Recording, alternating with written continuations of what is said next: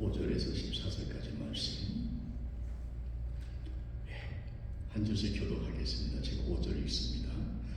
다윗 왕이 바후림의 이름에 거기서 사울의 친족 한 사람이 나오니 게라의 아들이요 이름은 시므이라. 그가 나오면서 계속하여 저주하고 또 다윗과 다윗 왕의 모든 신하들을 향하여 돌을 던지니 그때의 모든 백성과 용사들이 다 왕의 좌우에 있었더라. 시므이가 저주하는 가운데 이와 같이 말하니라. 피를 흘린 자여 사악한 자여 가거라 가거라. 사울의 족속의 모든 피를 여호와께서 내게로 돌리셨도다. 그를 이어서 내가 왕이 되었으나 여호와께서 나라를 내 아들 압살롬의 손에 넘기셨도다. 보라, 너는 피를 흘린 자이므로 화를 자초하였느니라 하는지라. 스루야의 아들 아비새가 왕께 여쭤오되 이 죽은 개가 어찌 내 주 왕을 저주하리이까. 청하건대 내가 건너가서 그의 머리를 베게 하소서 하니 왕이 이르되 스루야의 아들들아, 내가 너희와 무슨 상관이 있느냐. 그가 저주하는 것은 여호와께서 그에게 다윗을 저주하라 하시니 내가 어찌 그리하였느냐 할 자가 누구겠느냐 하고. 또 다윗이 아비새와 모든 신하들에게 이르되 내 몸에서 난 자들도 내 생명을 헤아려 하거든 하물며 이 베냐민 사람이라. 여호와께서 그에게 명령하신 것이니 그가 저주하게 버려두라. 혹시 여호와께서 나의 원통함을 감찰하시리니 오늘 그 저주 때문에 여호와께서 손으로 내게 갚아주시리라 하고. 다윗과 그의 추종자들이 길을 갈 때에 시므이는 산비탈로 따라가면서 저주하고 그를 향하여 돌을 던지며 먼지를 날리더라. 왕과 그와 함께 이 백성들이 다 피곤하여 한 곳에 이르러 거기서 쉬니라. 아멘. 기도하겠습니다. 하나님, 대궐 같은 집에서 서로 다투며 사는 것보다 작은 음악이라 할지라도 화목하고 아끼며 살아가는 것이 더 행복인 것을 믿기에 계속해서 우리의 관계를 붙잡습니다. 아버지 하나님, 행복은 관계에서부터 온다고 했는데 이 관계가 결코 만만치 않은 걸 또한 고백합니다. 하나님, 관계의 법칙 분명히 말씀에서 가르쳐 주셨는데 먼저 그 법칙을 온전히 깨닫게 하여 주시고 그것이 아무리 힘들고 나를 아프게 한다 할지라도 그렇게 말씀 붙들고 살아갈 수 있도록 말씀에 순종할 수 있도록 그래서 기필코 진정한 행복의 관계를 진정한 건강한 관계를 누리고 나누며 살아갈 수 있도록 하나님 우리에게 은혜 베풀어 주시옵기를 사랑하는 예수님의 이름으로 기도하옵나이다. 아멘. 앉아주시면 네. 벌써 앉으셨구나. 행복은 관계입니다. 관계인데 이 관계가 참 쉽지 않죠. 행복한 인간관계를 누리려고 할 때에 가장 걸림돌이 되는 것 중에 하나가 가장 힘들고 조심스러운 것 중에 하나가 뭔가 하면 비난입니다. 비난. 다 겪어본 이야기 아니겠습니까? 한 사람을 온전히 세우는 데는 많은 시간이 걸리고 또 많은 노력이 필요하지만 그 한 사람을 무너뜨리는 데는 순간입니다.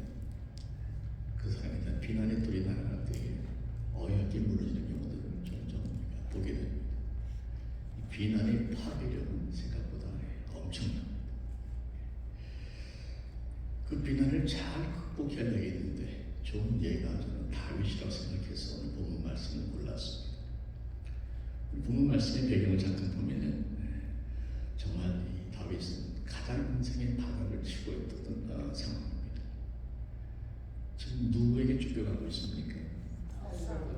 자기 아들이 압살해서 죽여버린 놈이죠. 어떻게 아버지를 그렇게 아무리 그렇다고 해서 압살해서 그냥 닮아버리면 죄송합니다.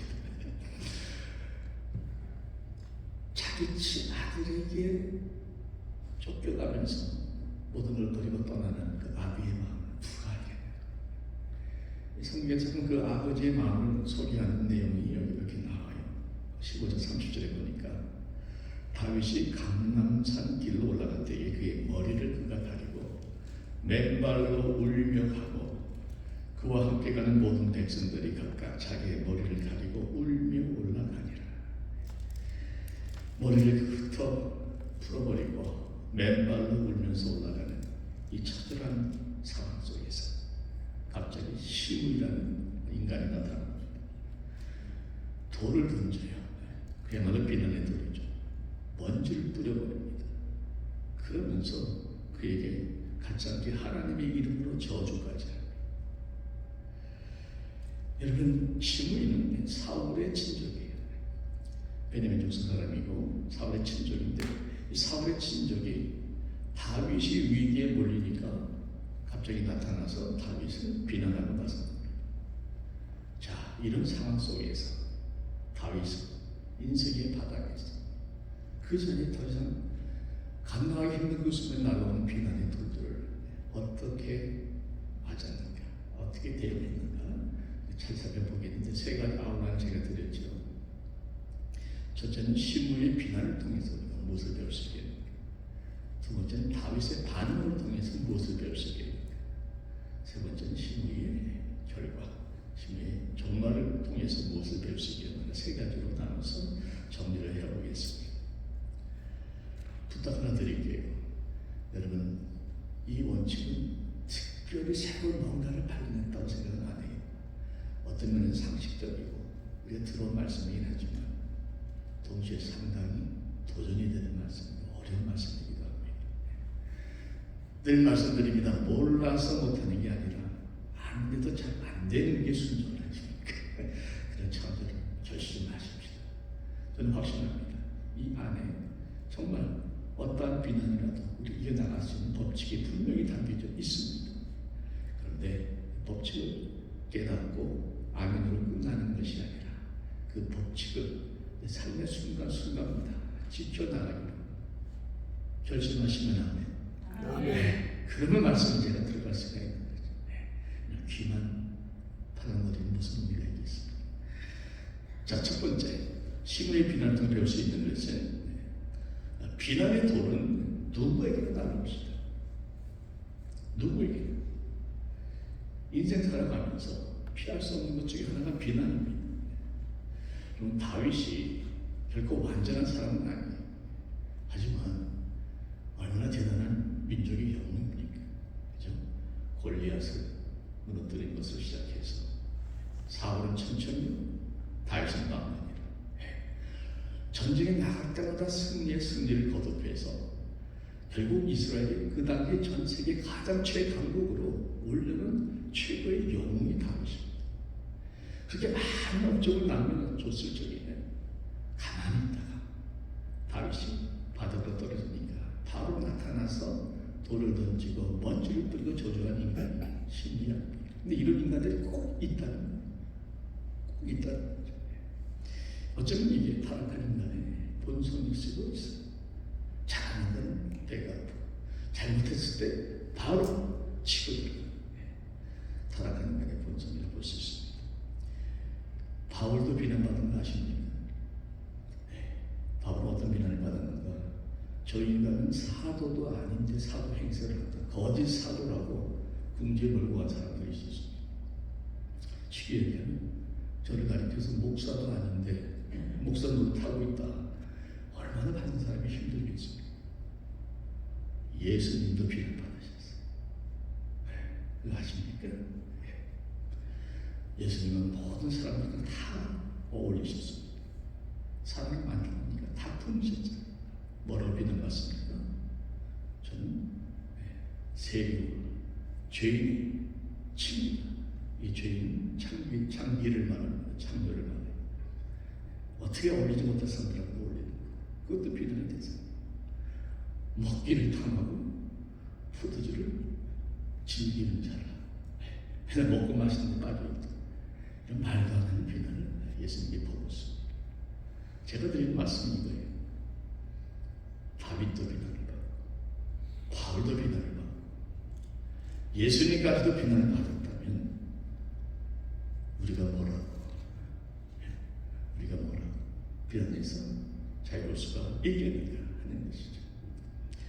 비난의 돌은 누구에게나 특별히 하나님의 일이 열심히 사람은 꼭 비난의 돌을 맞게 되어 있습니다. 그러니까 제가 드린 말씀은 누군가 나를 비난할 때에 지나치게 흥분하지 말자. 어떻게 나한테 이럴 수가 있는가? 그 인간에게도 화가 나고 어떤 때 하나님한테만 화내는 사람이 있어요. 난 열심히 일을 했는데요. 하나님 이게 뭡니까? 예수님도 비난받으실 때. 그러니까 비난이 오죠. 너무 노여워하지 말고 너무 상처받지도 말고 주님께서도 그 길을 가셨사오니 저 같은 죄인이야 기꺼이 갈 수밖에 없지 않습니까? 이렇게 묵묵히 주님의 길을 따라가는 여러분 되시기를 바랍니다. 네. 이게 첫 번째 중요한 얘기가 되겠고요. 묵묵히 받아들이죠. 네. 이 길은 모든 하나님의 사람들에게 주어진 길이기 때문에 그렇다. 또 한 가지는 더 힘든 것은 비난 가운데 사실이 아닌 비난이 많다. 정말 그 비난이 맞는 얘기라면 내가 잘못했다 인정하고 회개하고 용서받고 다시 시작하면 되겠는데 사실이 아니라는 거죠. 여기도 본문도 보게 되면요, 시므이가 다윗을 향해서 뭐라고 얘기를 하는가? 피 흘린 자여 이렇게 얘기합니다. 그리고 그 사울의 친족의 피가 너에게로 돌아갈 것이다. 이건 너가 사울과 그의 친족을 죽였기 때문에 그 피의 대가를 너가 치를 것이다. 이 얘기입니다. 사실 그 다윗은 참 억울한 얘기입니다. 여러분 잘 아시잖아요. 다윗이 사울을 건드렸습니까? 안 건드렸습니까? 끝까지 지켰죠. 부하들이 죽이지 않을 적에 동굴 속에서 많은 것이 다윗 아닙니다. 옷자락을 살짝 뺐잖아요. 근데 사울의 피를 하나님께서 너에게 돌릴 것이다. 이게 저주라니 얼마나 다윗의 입장에서 좀 억울하겠습니다. 비난이 왔을 때, 돌이 왔을 때 그 비난이 사실이 아닐 경우 정말 힘들어요. 다 보니까 다 겪어보고 싶죠. 참 힘듭니다. 제가 목회 말기에 은퇴를 한 1, 2년 앞두고 이제 얘기를 하면 긴데 간단히 얘기를 해서 에로헤드, 저는 지금 빅벽은 아니고 에로헤드에 살고 있습니다. 거기에 이제 집을 하나 해서 사서 와이프 은퇴 연금 보러가게 다 털어가지고 다음 회에서 샀죠.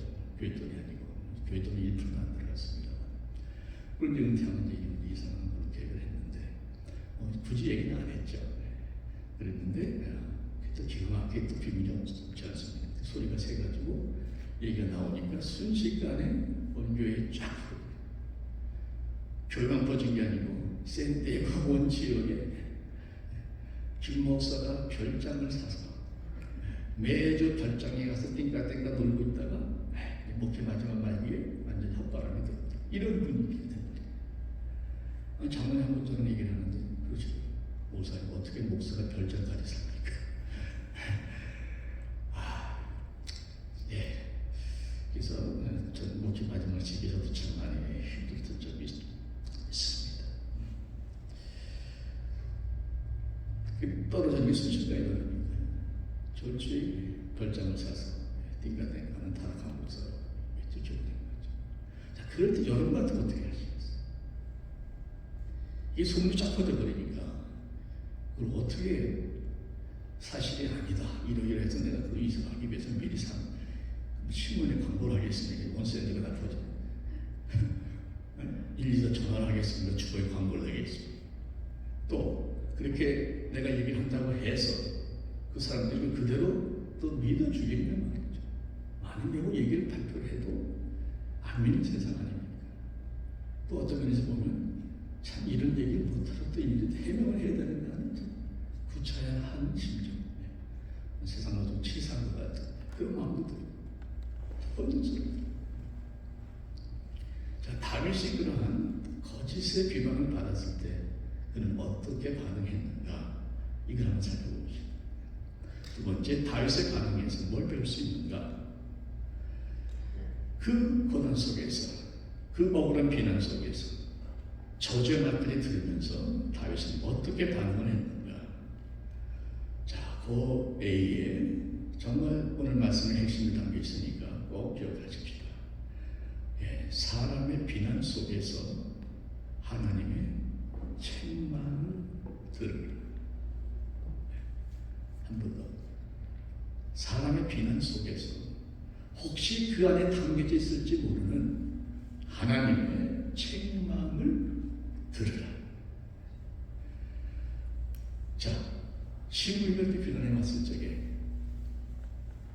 수르야의 아들 아비새, 다윗의 오는 말이죠. 충성 중에 충성되는 귀한 장수입니다. 참지 못하고 나서는 거죠. 이 죽은 개가 이 죽은 개가 어찌 내 조망을 저주하리까? 청하건대 내 건너가서 그 머리를 베게 하소서. 이거 한 칼도 안 되는 거죠. 다윗이 가라하면 그냥 그 시므이는 죽은 개가 되는 겁니다. 머리와 몸이 갈라져 버리면 죽은 개가 되는 겁니다. 놀라운 것은 그때 다윗이 뭐라고 대답했는가? 10절 말씀 보십시오. 보면 10절에 보면 이렇게 얘기를 합니다. 왕이 이르되 수레의 아들들아, 그가 저주하는 것은 시므이를 말하지 않습니까? 시므이가 저주하는 것은 여호와께서 그에게 다윗을 저주하라 하시리니 내가 어찌 그리하였느냐 할 자가 누구겠느냐. 11절에 보시면 후반절에 이렇게 나와요. 11절 후반절에 사무엘하 11장 11절에 여호와께서 그에게 명령하신 것이니 그가 저주하게 버려두라. 자, 비록 사실이 아닌 비난이었고 억울한 저주였지만 다윗은 그것을 허락합니다. 왜? 혹시라도 그 비난 속에 담길 수 있는 하나님의 책망에 대해서 다윗은 마음을 열어놓고 있었다는 것입니다. 여러분, 사람의 비난 속에서 다윗은 하나님의 책망을 듣고자 하는 마음이 열려 있었어요. 이게 다윗이 위대한 이유라고 저는 생각합니다. 결코 쉽지 않죠. 이게 다윗을 다윗에게 하는 것입니다. 이게 우리가 다윗으로부터 배워야 될 참 모습입니다. 결코 쉽지 않습니다. 기도 없이 그런 거 절대 안 돼요. 내가 정말 나 자신을 쳐서 복종시키고자 하는 피나는 노력이 없이는 결코 사람들 책망 속에, 사람들의 비난 속에서 하나님 책망을 듣는다? 안 됩니다. 정말 나를 복종시켜야 돼요. 자, 여기서 한 가지 중요한 얘기를 제가 좀 드리고 싶어요. 그럼 모든 비난을 받을 때 우리는 다윗처럼 그걸 다 받아들이고 하나님 책망을 받아들여야 되는가? 조금 혼동스러웠으면 잘 들으세요. 굉장히 중요한 얘기입니다. 어떤 때는요, 잘못된 비난을 내가 해명해야 될 때가 있습니다. 좋은 예가 바울입니다. 바울을 향해서 사도 바울은 가짜다, 거짓 사도요, 사도 행세를 하는 속에 양의 털을 쓴 늑대 같은 인간이다, 이런 비난이 들어왔을 적에 바울이 어떻게 반응했는가? 인정했습니까? 인정 안 했습니다. 고린도전서 9장 3절에 보면 이렇게 얘기를 해요. 나를 비판하는 자들에게 변명할 것이 이것이니 하면서 자기가 진정한 사도임을 다 조목조목 이유를 대가면서 증명을 합니다. 변명이요, 해명을 한다는 거죠.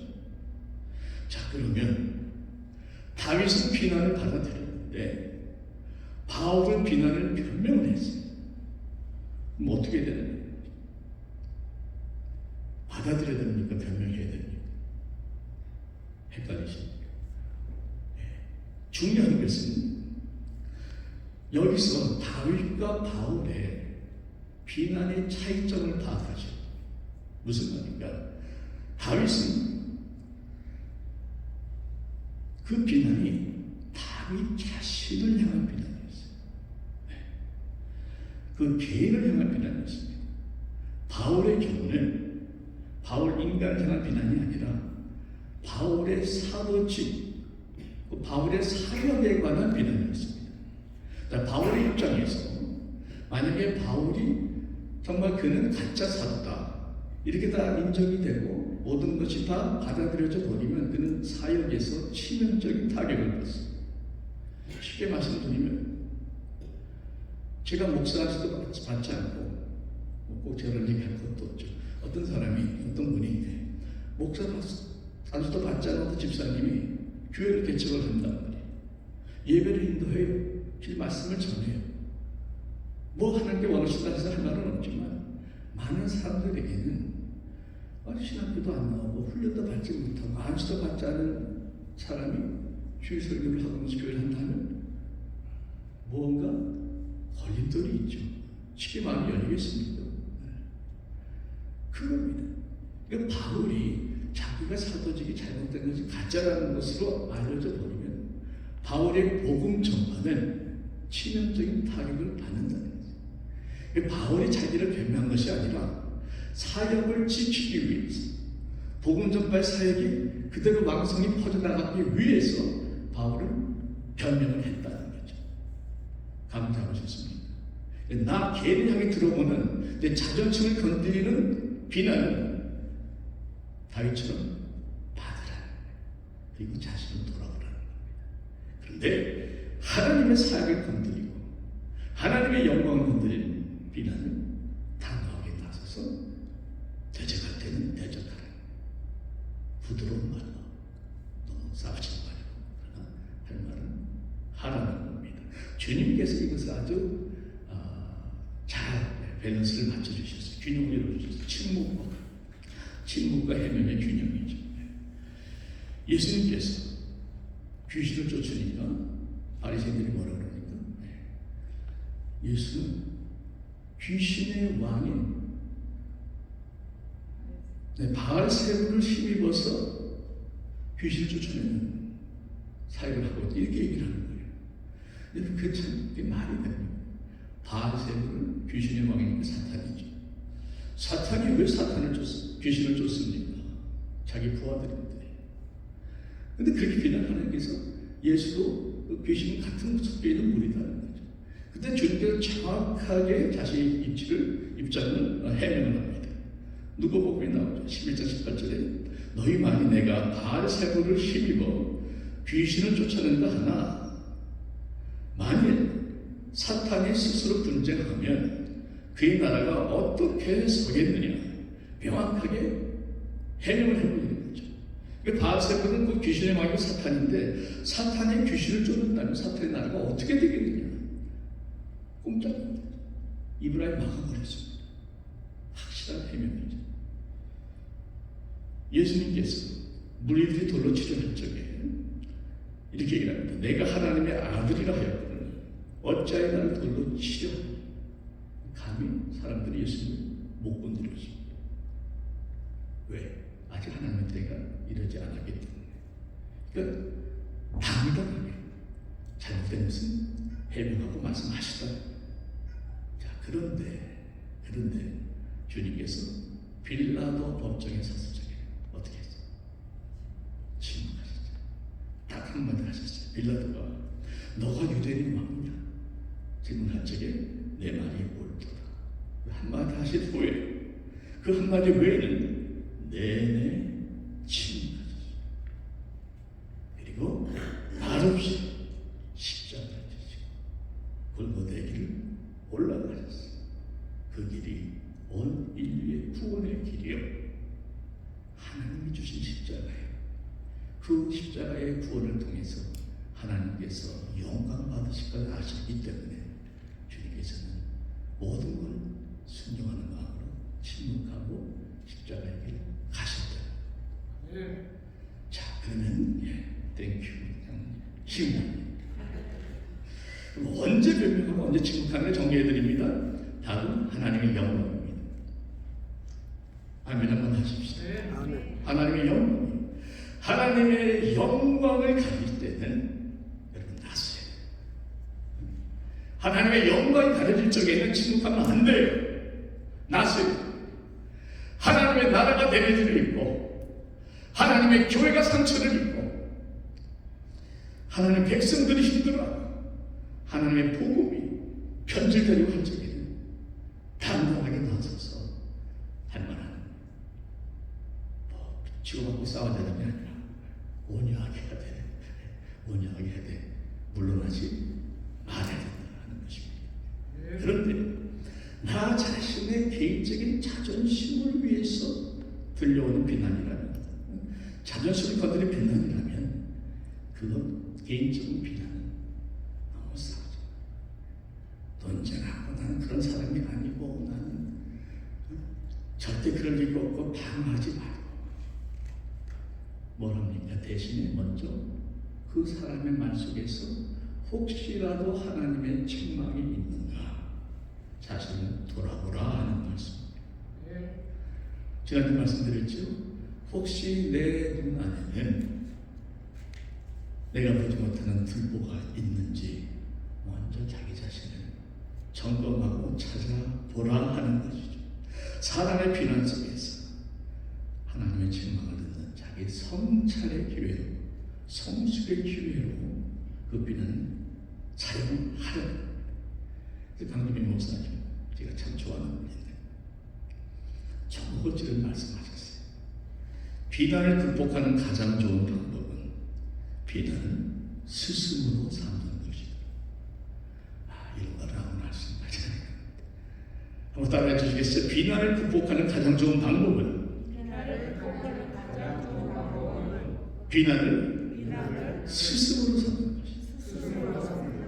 비난을 통해 나 자신을 돌아보는 내 눈에 등부가 혹시라도 있는가? 그 비난 속에 감춰진 하나님의 책망이 어디라도 있는가? 나를 성찰하고 성숙한 기회로 비난을 스스로 삼으라 하는 말씀이 되겠습니다. 하나님의 영광을 위한 것이라면 당하게 일어나서 대적할 건 대적하세요. 나 자신을 위한 것이라면 사람의 비난 속에서 하나님의 책망을 듣는 귀가 열릴 수 있기를 바랍니다. 제 문제는 다 해결됐습니다. 은퇴하고 이사하고 하니까 그러셨고 자연스럽게 다 해결됐어요. 제가 해명하고 나설 리가 없더라. 하나님께서 하신 일이 그렇게 하는 것입니다. 그럼에도 불구하고 그 한 2년 정도가 참 쉽지 않았습니다. 여러분도 설교할 때는 여러분과 같고 들을 적엔 하면 하지만 정작 겪어보세요. 불명이가 막 날라와 너무 억울해. 세상에 자칫도 하나님 억울합니다. 하나님 이제까지 이렇게 쓰셨는데 이렇게 마지막을 하십니까? 그거 조심하셔야 돼요. 그때에 제가 드린 말씀을 꼭 기억하면서 여러분 기도하시고 말씀을 듣으시고 늘 성령으로 여러분들의 마음을 다스리기를 한 번 더 부탁을 드립니다. 두 번째는요, 사람의 말 속에서 하나님의 책망을 들으라. 두 번째는 하나님께서 나의 원통함을 갚아주실 것을 믿으라. 그렇게 하나님께 매달리면서 책망을 듣고자 하는 사람은 이미 비난을 거의 극복한 사람입니다. 하나님께서 이 원통함을 다 보고 계시기 때문에 12절 말씀에 노트에 써 있습니다만 이렇게 되어 있죠. 혹시 여호와께서 나의 원통함을 감찰하시니, 다윗의 말입니다. 오늘 그 저주 때문에 여호와께서 서두로 내게 갚아 주시리. 다윗의 믿음을 먼저 하나님이 내 원통함을 다 알고 계시지 않느냐.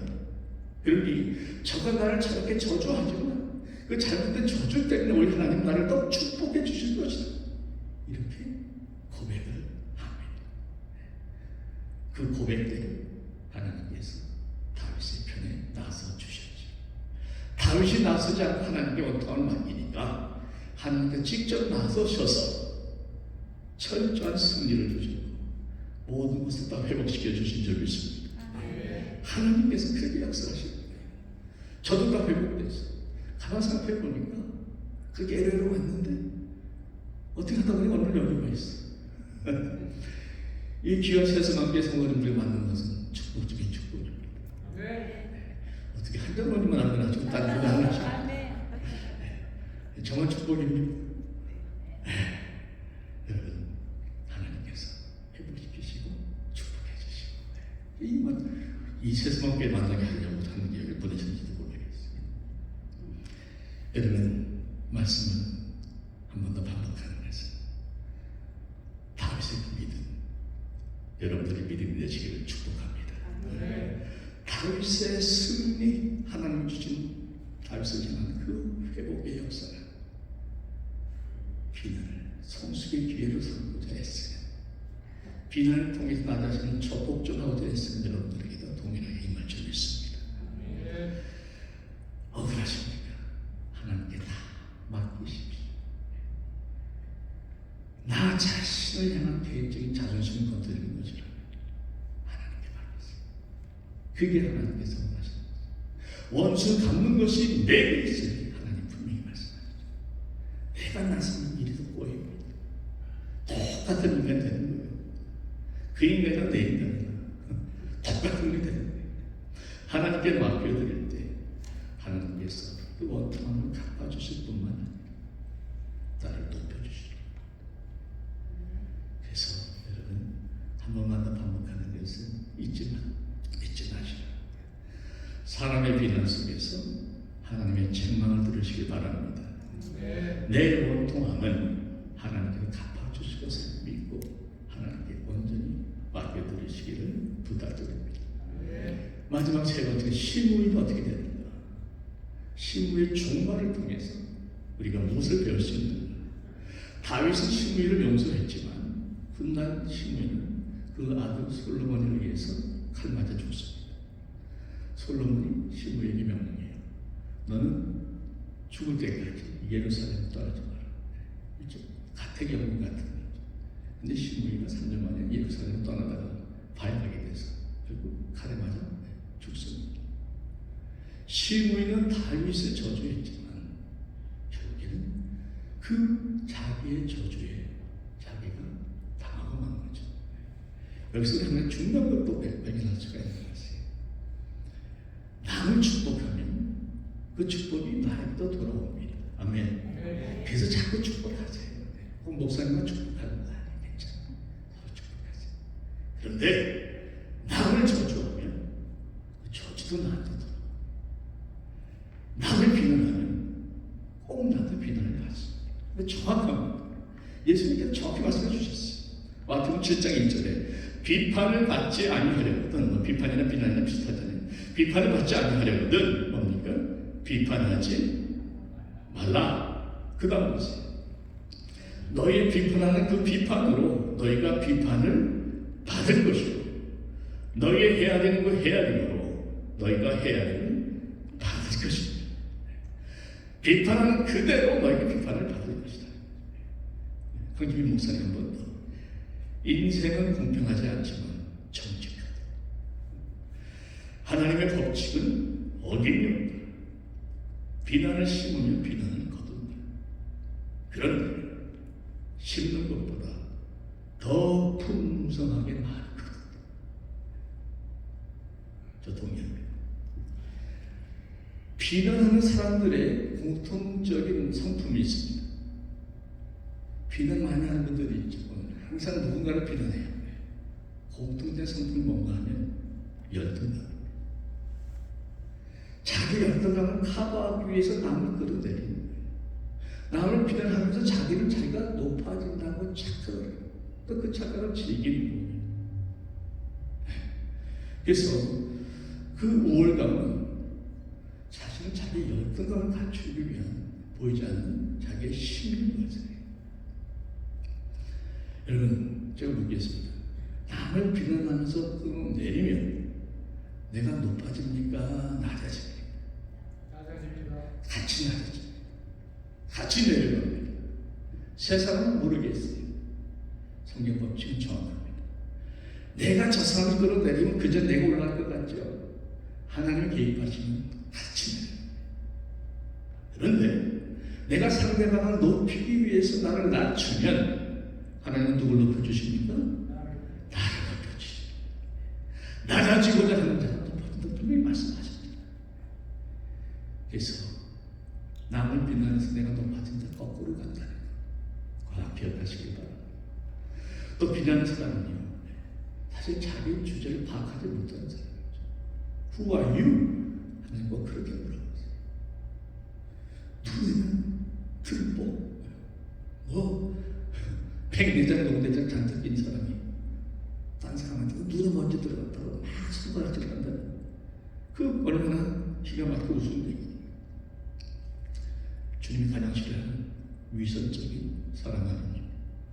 이 다윗이 자기의 눈에 있는 티를 먼저 보려고 애를 썼다는 것은 하나님 마음에 합당한 열매를 맺게 된 가장 큰 원인 중에 하나입니다. 비난하는 시므이를 비난하지 않았습니다.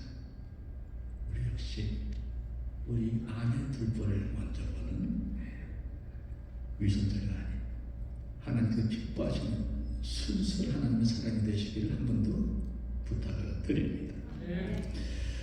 하나만 더 비난하면요 사탄이 든답니다. 이거 정확합니다. 왜? 사탄이 하는 게 비난이에요. 사탄은 참소자라는 얘기를 하잖아요. 참소라는 것이 나는 참소한다는 게 남의 잘못을 비난하고 비판하고 깎아내리고 고발하는 겁니다.